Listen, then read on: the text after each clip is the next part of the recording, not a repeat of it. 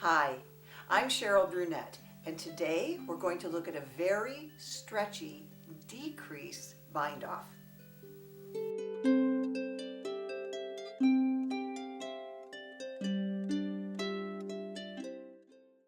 Binding off or casting off is the process of securing these loops, usually in a way that they're connected to one another so that they don't unravel the entire piece of knitting. So you're both forming an edge and protecting the integrity of the body of the fabric.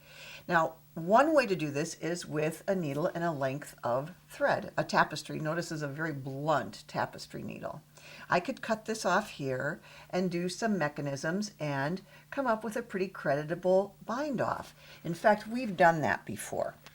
Here's an example of I usually press these so they're flat, but I wanted them to roll up so you could see how symmetrical they are. This is a regular long tail cast on, and this is the needle and thread long tail bind off. From the front, they look the same too. Look at how that is, how nice that is. So that was one we did with a needle and thread. Here's another one we did with a needle and thread. This was, let's see, which way is which? Which way is up, she said. This way is up. Okay, so this was our tubular cast on, and here is our tubular bind off, which we did again with a needle and thread. So that's one method. Another method is we can cross these stitches over one another after we've knitted them and made them long, and that it's like a chain that we're making. It's almost like a crochet chain because you're pulling one loop through the other, and that really is probably the most common one that you see, or it's most commonly used. Makes this nice little chain along the edge. Here's another one that's bigger, so it's easier for you to see. But it's quite firm. It's not very flexible, but there are places where you want that firm. In fact, when I was doing this swatch, I remember I wanted it to be just as wide as that swatch. Sometimes you want that knitting under control. Here's another one, but I did it in both knits and purls. I don't know if you remember when we did this, but you can see the purls there and the knits, but they are, oops, it went in this direction. But it was bound off by passing over. A third way to do it that we have not looked at is with decreasing. That you decrease those two, you end up with one. You take that one and decrease it with that one. And there are multiple variations on this one. And that's what we're going to be working on today, one of those variations, the one I liked the best. So this was the most commonly described one in all the resources that I looked at. Essentially, you knit two together through the back loop, you end up with one, then they have you transfer it back over there, knit two together through the back loop, and you do that all the way across. In other words, you don't work that yarn before you, or that stitch, before you combine it with the other one. And this is stretchy. It's probably stretchier than this one, which is, this is also, yeah, it is. It's definitely stretchier than that one. But it wasn't impressively so. And it's known as, let's see, the decrease bind off, the lacy bind off, the lace bind off, the stretchy bind off, and many more names. Notice I've started doing this. Once you get to 100 programs and I'm looking for samples, I just have to identify because my memory is starting to get filled up. My, let's see, my hard drive is full of, of this information, so now I'm going to use a little bit of help.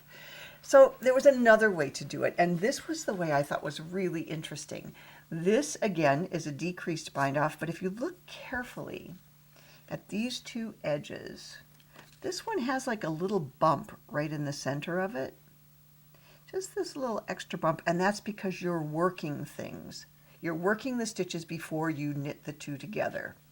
So I'll show you, this is the same number of stitches. This is one way to knit two together as you're doing it, and look at this one, same number of stitches, same gauge really. I was very careful, I didn't cheat, and this one is considerably longer. I mean, it's really stretchy and it's pretty springy. I like it a lot. It comes back. I was impressed with it. I'd never done it before, and it was easy to do, it's fast to do, and if you have an application where you want it to be really loose, this will be a good one. I didn't find it particularly useful here. It caused the 2x2 rib to splay out a little bit.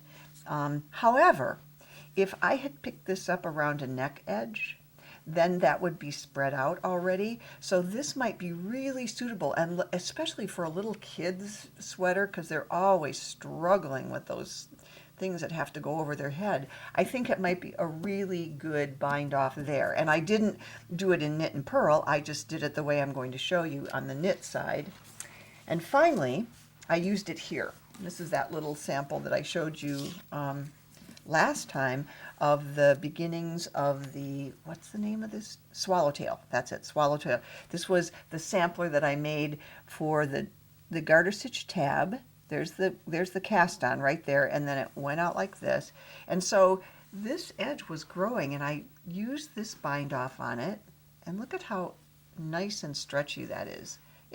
And when you put the actual edge on there that has points on it, this is going to be even more advantageous. I'm sorry. This looks kind of tacky, but honestly, that's the only way I'm going to be able to really be efficient for you and keep track. So let's learn how to do this very stretchy decrease bind off. It's pretty simple. It's pretty simple. Insert in the back and knit 2 stitches off through the back loop. Then you knit 1 here, insert in the front, and this gives you a needle that's already in the back loop. I read a lot of directions where people have you moving things back and forth, but you don't have to do that. Okay, so now I'm down to 1. I'm going to knit the next one. Now some people want you to slide those back over to that side so that they can work it from this side, but you don't have to. Watch what happens. Let's look at this very clearly. If I slid them back over and inserted as if to knit regularly, it would look like that, right? My left needle would be in front of my right needle. And now watch this. I'm just going to leave them there where they were, and I'm going to insert the left needle in the front. Now, does that not look the same? It's exactly the same, and it saves you a complete step of that shuffled back and forth. So you knit 2 together through the back loop, knit 1, insert the left needle in the front, knit 2 together through the back loop. Did I split? No.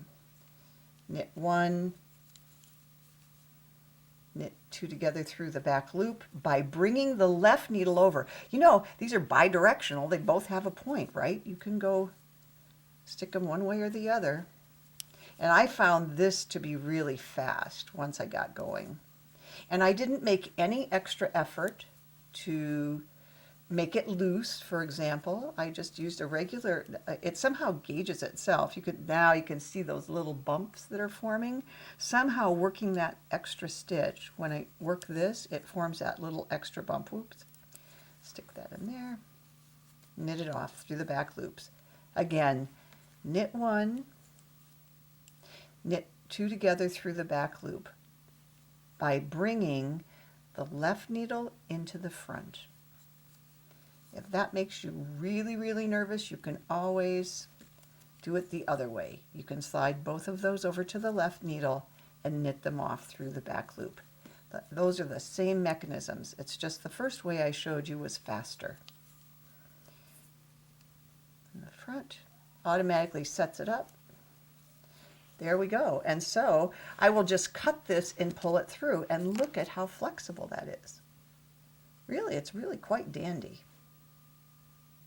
Thank you for joining me. I hope you enjoyed that, and I hope that you'll come back next time when we're going to look at a very stretchy Passover bind off. This was a decrease one we did today, and next we're going to do one that involves passing stitches over other stitches. Until then, enjoy your knitting. Alive, alive, oh, alive, alive, oh. That airplane's going to be done going over soon. It won't be so darn noisy then, okay?